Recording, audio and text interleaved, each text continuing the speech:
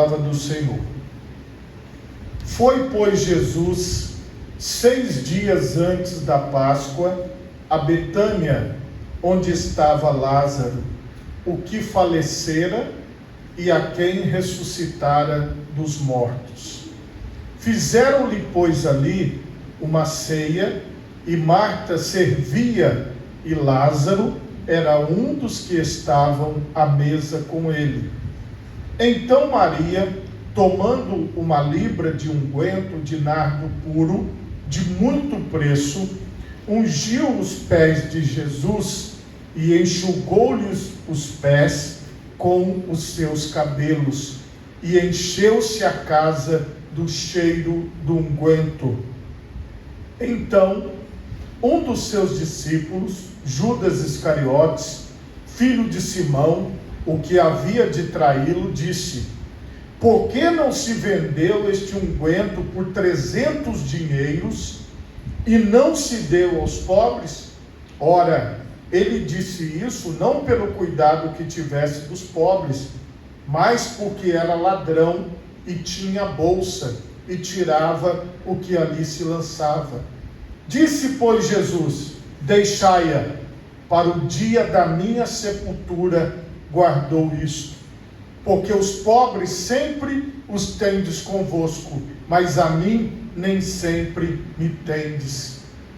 E muita gente dos judeus soube que ele estava ali, e foram, não só por causa de Jesus, mas também para ver a Lázaro, a quem ressuscitara dos mortos. E os principais dos sacerdotes tomaram deliberação para matar também a Lázaro, porque muitos dos judeus, por causa dele, iam e criam em Jesus. Amém? Por favor, levanta a tua mão direita o mais alto que você puder. Feche os seus olhos e oremos a Deus. Pai Todo-Poderoso, neste momento, Senhor, eu quero te louvar e te bendizer por tua santa palavra que acabou de ser lida aqui neste lugar. Pai querido, eu te peço que esta palavra produza o efeito, ó Pai, para o qual ela está sendo pregada, que o teu Espírito Santo haja na vida dos ouvintes, ó Deus, e que nós possamos testemunhar daquilo que o Senhor está fazendo agora e do que o Senhor continuará fazendo, em nome de Jesus, amém, e graças a Deus. Podemos assentar, meus irmãos, em nome de Jesus.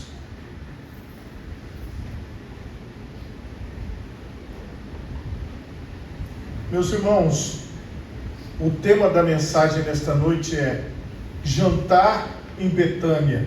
Nós sempre vamos passar em Betânia, porque era um lugar que Jesus costumeiramente passava. Mas como introdução a esta palavra, eu quero ler com vocês Colossenses, no capítulo 3, a partir do versículo 1. Portanto, se já ressuscitastes com Cristo, buscai as coisas que são de cima, onde Cristo está sentado à destra de Deus. Pensai nas coisas que são de cima e não nas que são da terra, porque já estáis mortos e a vossa vida está escondida com Cristo em Deus. Irmãos, esta verdade de que nós precisamos pensar nas coisas que são de cima, pensar nas coisas que são do céu, pensar nas coisas que são eternas, ela só vai se tornar real em nós se nós tivermos a ideia de que nós já ressuscitamos com Cristo, nós já morremos com Cristo e nós agora vivemos uma nova vida. Tudo que nós temos ao redor, na maioria das vezes, não nos satisfaz, não nos completa, porque tudo que é material é passageiro. Então, se é passageiro, o efeito ele é apenas por aquele momento. O exemplo é a comida, o alimento.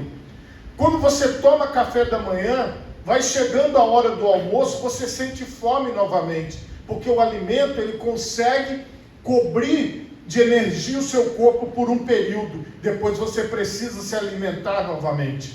O que eu quero que você compreenda é que quando você encontra esta verdade da ressurreição, você começa a pensar nas coisas que são do céu e não nas que são da terra. E aí as suas atitudes vão ser atitudes comparadas com as coisas que são do céu, com as atitudes que são do céu e não com as atitudes que são da terra. Eu não posso obrigar você a ter as atitudes de pessoa que é cidadão do céu. Eu não posso obrigar você a fazer a vontade de Deus. É você mesmo que precisa entender: eu já estou morto com Cristo e também já estou ressuscitado com Cristo. Agora eu vou direcionar o meu pensamento para as coisas espirituais. Eu vou direcionar o meu pensamento para as coisas eternas. Eu vou direcionar o meu pensamento para as coisas de Deus. Assim, o Senhor, Ele vai, onde você estiver, manifestar a sua glória. Nem todas as pessoas compreendem isso. Por isso que o texto que eu li nos traz a esta verdade de alguém que entra na presença de Jesus pensando nas coisas eternas. Alguém que entra na presença de Jesus entendendo que o seu espírito, olha o que Jesus disse, ele falou: a carne, ela é fraca, mas o espírito já está pronto, o espírito já está tudo certo. Então, você já está pronto em Deus, você já está pronta em Deus espiritualmente. E quando você se alimenta da palavra, quando você adora a Deus, quando você participa das coisas de Deus, o que acontece? Você vai ficando cada vez mais perto das coisas do céu. Você vai ficando cada vez mais perto das coisas que são eternas, porque você vai dedicando a sua vida a isso. Irmãos, quando esta verdade entra em nós, nós vamos ter uma atitude semelhante à de Maria de Betânia. Irmãos, Betânia significa casa das tâmaras. Era um vilarejo, uma cidade próxima a Jerusalém naquela época, e lá essas tâmaras são as famosas palmeiras que nós conhecemos. E o detalhe é que as palmeiras são de origem africana. Então alguém plantou essas palmeiras lá, como plantou aqui também no nosso país. Então nós temos esta coisa em comum com Betânia. Aqui também tem muitas palmeiras. Então Betânia era um local onde os viajantes vinham, ficavam naquela cidade hospedados, para que no outro dia eles acabassem de chegar até Jerusalém. Betânia ficava aproximadamente 10 quilômetros de Jerusalém, não era muito longe. A gente fala distâncias aproximadas e números aproximados, porque nós não temos como colocar a medida exata, porque nós, historicamente falando, é algo muito distante de nós. Então a gente fala de medidas aproximadas, tempos aproximados. E aqui, esta medida aqui era a seguinte: era aquela cidade que de longe, aquelas palmeiras altas, você já avistava. Estamos chegando em Betânia. Betânia, casa das tâmaras. O que acontecia ali? Jesus tinha amigos em Betânia. Jesus tinha conhecidos em Betânia. E como Betânia ficava no caminho para Jerusalém, ele sempre passava, entrava, comia alguma coisa, sentava com eles, porque era costume dele. Vocês vejam que Jesus aqui, ele estava 6 dias antes da Páscoa, ele estava em viagem em direção a Jerusalém. E ele estava agora com Lázaro, que ele havia ressuscitado dos mortos, e eles fizeram por ali uma ceia, uma refeição, e Marta servia, e Lázaro era um dos que estava com ele à mesa. E Maria, que era outra irmã, ela vem agora, ela entra na casa, nesta cena, fazendo o seguinte: ela tomou uma libra de unguento de nardo puro, de muito preço, e ungiu os pés de Jesus, e enxugou-lhe os pés com seus cabelos, e encheu-se a casa do cheiro do unguento. Maria tomou uma atitude diferente daquelas pessoas. Todos estavam sentados, talvez já comendo, um conversando com o outro. Era um momento natural da casa. Jesus, neste momento, não estava fazendo nenhuma pregação. A ênfase aqui é, eles estavam assentados à mesa, comendo. Eles estavam no momento, se fosse hoje, ou num almoço, ou num jantar, ou num café da tarde, ou num café da manhã. Então era um momento de comunhão, era um momento em que um estava olhando para o outro ali, todo mundo dentro daquela casa. As pessoas que estudam a história, eles acreditavam o seguinte, que nessas casas, normalmente tinha ou um terraço, ou um grande cômodo, que até você vai ver lá em Atos chamado de cenáculo, que era o maior cômodo da casa. E as pessoas acreditam que nesses cômodos grandes, em algumas casas, como foi o caso da casa onde os apóstolos estavam em Atos dos Apóstolos, cabia 120 pessoas. Então nós não sabemos exatamente quantas pessoas cabiam aqui em Belém, em Betânia, mas nós entendemos o seguinte, que não era um grupo pequeno de pessoas, tinha um número razoável. Vamos dizer que ali tinha 30 pessoas, 40 pessoas. Quando as famílias se reúnem, facilmente você tem esse número dentro de uma casa. Mesmo que fiquem algumas pessoas no quintal, outras na varanda, mas quando é uma reunião, enche a casa toda. Era assim, a casa estava toda movimentada. E a atitude de Maria surpreendeu a todos. Por quê?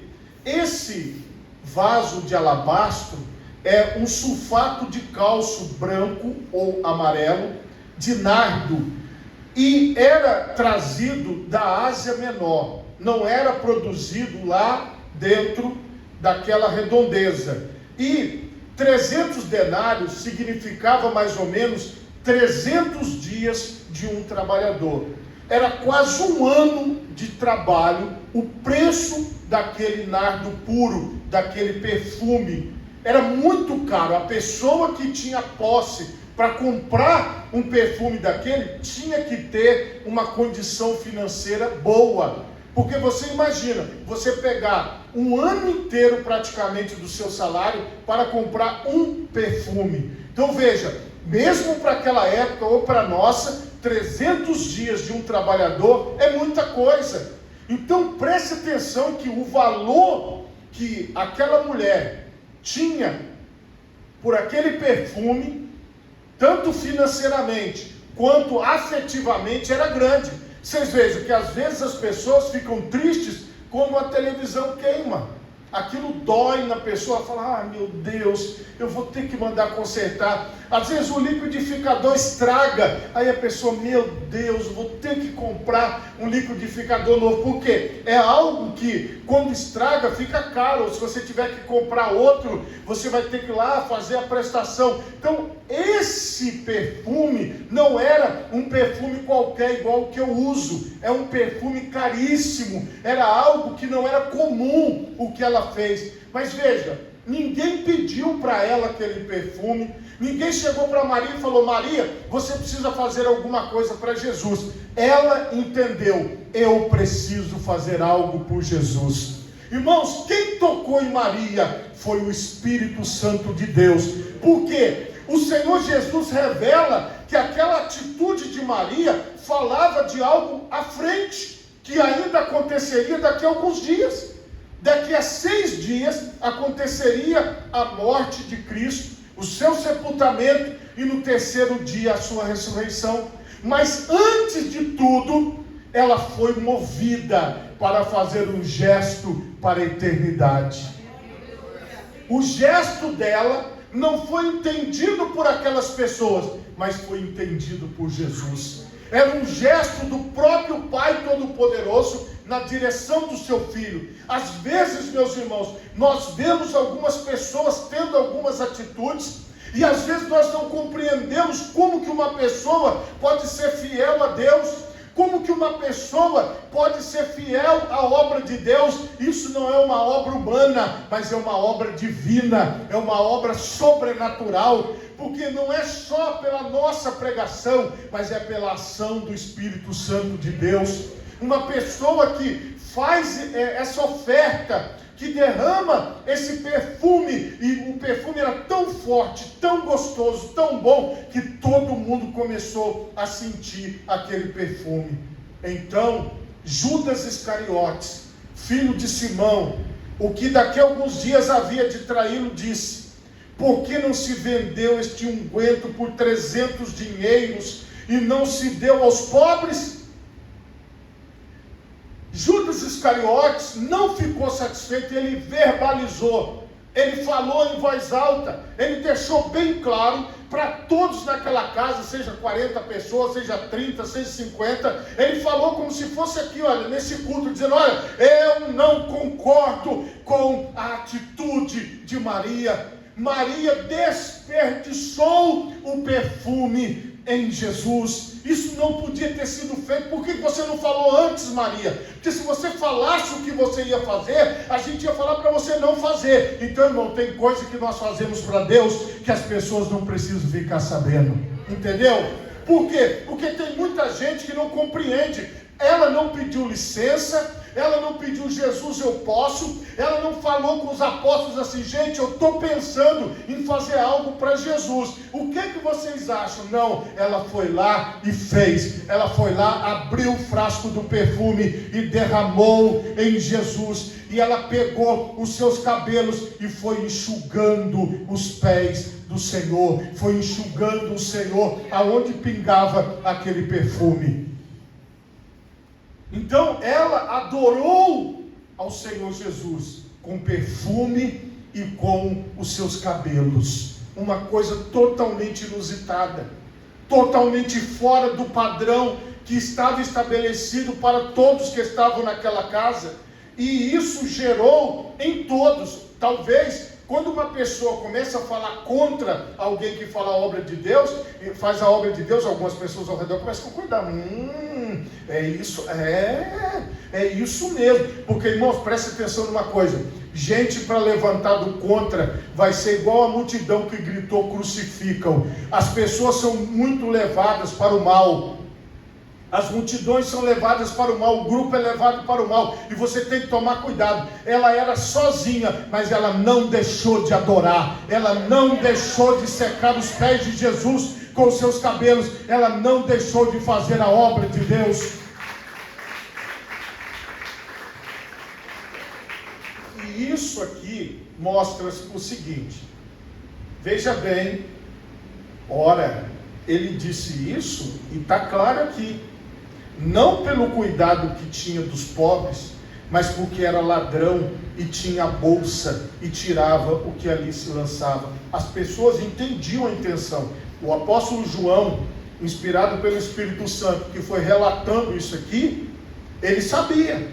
O apóstolo João sabia quem Judas era, e ele falou: olha, ele está falando isso aí, mas tem um motivo por trás. Então, irmãos, pense numa coisa: qual é o motivo por trás da pessoa que quer nos impedir de adorar ao Senhor?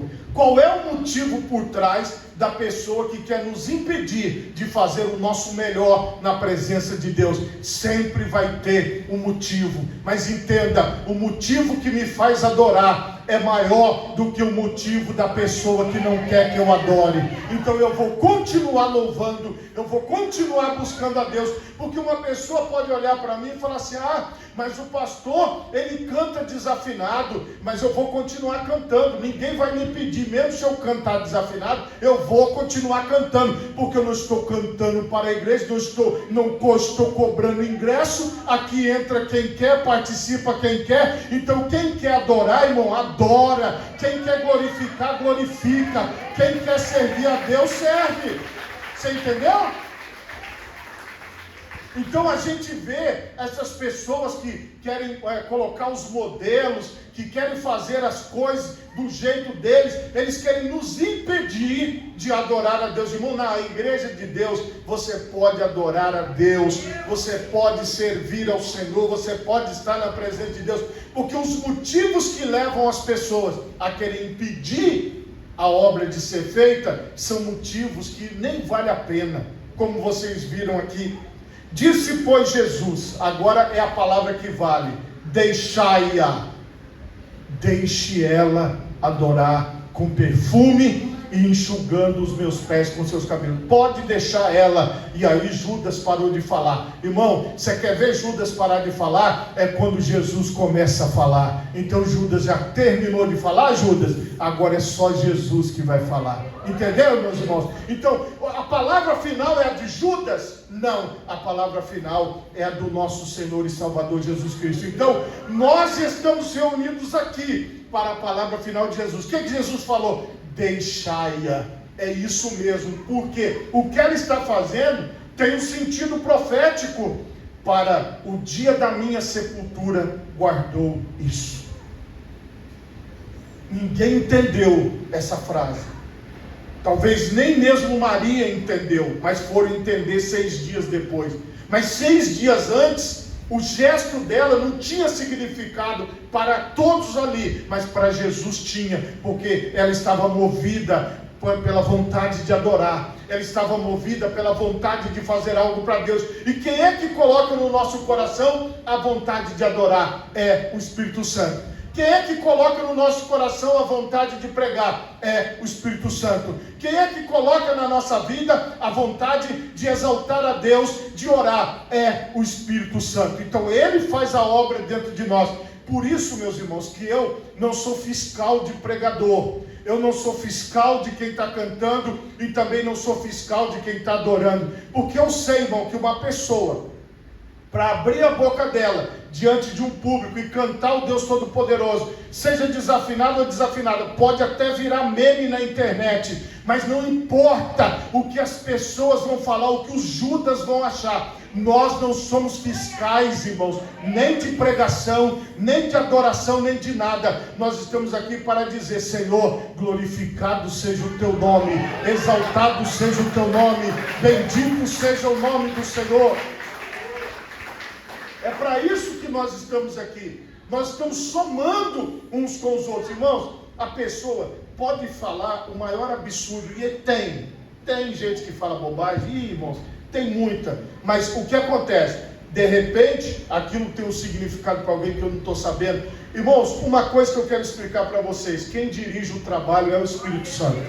Você compreende isso? Então, a primeira coisa que eu aceitei para mim, quando eu estou na presença de Deus: eu não dirijo esse trabalho está na direção do Espírito Santo.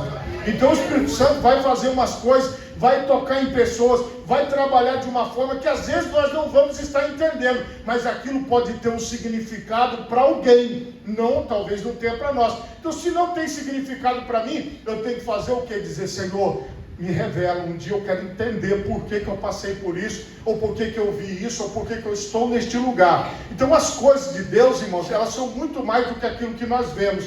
Mas para entender isso, você tem que estar morto e sepultado com Cristo e ressuscitado em Cristo, que foi a introdução da palavra. Sem isso, você não vai compreender. Você pode às vezes achar que é uma coisa que está sendo feita de qualquer maneira, mas não é. Tem um objetivo. E quando Jesus permite que ela faça isso, ele está dizendo assim: olha, existem muitas formas de fazer a obra de Deus. Você vai encontrar pessoas sendo usadas por Deus de todas as formas. E Jesus, ele deu a lição em Judas. Ele falou assim: os pobres sempre tendes convosco, mas a mim nem sempre me entendes. Então é para mim, Judas, você entendeu? Ele deixou bem claro: a adoração não é para Judas, não é para os apóstolos, não é para pastor, é para Jesus. Então, se você veio adorar Jesus, você está no lugar certo, porque dele, por ele e para ele são todas as coisas. Entendeu, irmãos? Então aqui na obra de Deus, nós não vamos tirar ninguém que canta desafinado. Nós vamos deixar ele cantando desafinado e vamos cantar junto com ele para adorar o nome do Senhor. Nós não vamos tirar ninguém que não sabe fazer. Nós vamos falar: continua fazendo desse jeito mesmo, continua fazendo desse jeito mesmo. As pessoas dizem assim: não, mas isso não pode, isso é uma obra errada. Não é, irmão. Entenda uma coisa: quem coloca o desejo de adorar é só Deus. É só Deus que coloca o desejo de adorar. Ninguém vai abrir a boca ou louvar a Deus se não for o Espírito Santo na vida dela. É isso que você tem que entender. Por isso que você vê as crianças adorando. Por que você acha que todas as crianças, quando você solta, elas vêm para frente? Em qualquer igreja, Você solta a criança, ela está aprendendo a andar, ela quer vir para frente. E se você deixar, elas ficam todas aqui. Por quê? Isso é um chamado de Deus, você entende? Para adoração, para buscar. Elas entendem às vezes melhor do que a gente. Você pode ver que quando pede para pular, elas pulam. Quando pede para levantar a mão, elas levantam. Porque é uma espontaneidade dentro delas, para elas poderem adorar, para elas poderem glorificar. Então, irmãos, nós não somos aquelas pessoas que vão dizer como se deve adorar. Nós vamos ser aquelas pessoas que vamos somar com os adoradores. Tem adoradores que são mais extravagantes, tem adoradores que são menos, tem adoradores mais comedidos, tem adoradores mais soltos, mas o importante é que o nome do Senhor esteja sendo glorificado dentro desta casa do Pai.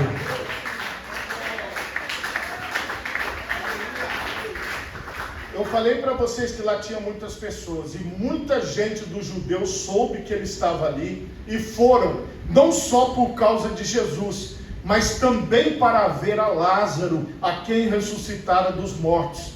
Os principais dos sacerdotes tomaram deliberação para matar também a Lázaro, porque muitos dos judeus, por causa dele, iam e criam em Jesus. O testemunho de Lázaro começou a trazer as pessoas para Jesus, começou a trazer as pessoas para a presença de Deus. Maria era irmã de Lázaro. Quem sabe Maria pensou assim: olha, eu vou depositar este perfume em Jesus, eu vou ungir ele com esse perfume, eu vou derramar esse perfume nele, porque nunca se ouviu que alguém depois de 4 dias morto ressuscitou. Eu preciso fazer alguma coisa para Jesus. Então ela vai lá com todo o coração e adora o Senhor com aquele unguento de puro nardo. Você entende, irmão? Por trás daquela adoração tinha uma história. Por isso que nós não podemos impedir as pessoas de adorar. Nós não podemos impedir as pessoas de fazer a obra de Deus. Porque por trás daquela pessoa que às vezes abre a boca na maior desafinação do nosso lado e canta no nosso ouvido, às vezes atrás ou na frente, e nós temos que glorificar a Deus por esta pessoa, porque às vezes ela passou por uma dor tão grande, ela foi transformada de uma coisa tão tremenda, que ela só quer glorificar, ela só quer louvar. Então ela usa tudo que ela tem e ela glorifica, e ela busca, e ela está na presença de Deus. Lógico, irmãos, que só entende isso quem já ressuscitou com Cristo. Entende que nós somos uma igreja que adora, que se reúne para a glória dele, que se reúne para o louvor dele. Hoje é um dia propício. Nós vamos daqui a pouco orar, dobrar os nossos joelhos. Nós já louvamos aqui, vamos também depois ofertar, vamos estar na presença de Deus. Então você que está na presença de Deus é para isso, é para glorificar e exaltar ao Senhor. Quando a gente olha para as pessoas e vê a dedicação, o carinho, o desejo de servir a Deus, irmão, eu fico muito feliz em ver isso em vocês.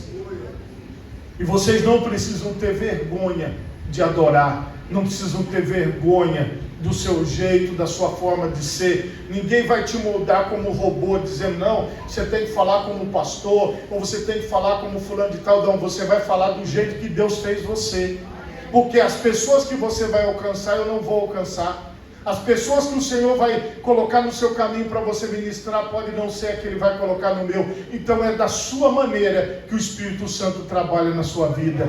Então leva isso como exemplo para você. O importante é nós estarmos de serviço, de trabalho. Irmão, eu estou aqui a trabalho, eu estou aqui a serviço. Você entende? A serviço do Senhor, a serviço de Jesus. Deixa eu falar uma coisa clara para vocês. Eu não estou aqui por causa de vocês, irmãos.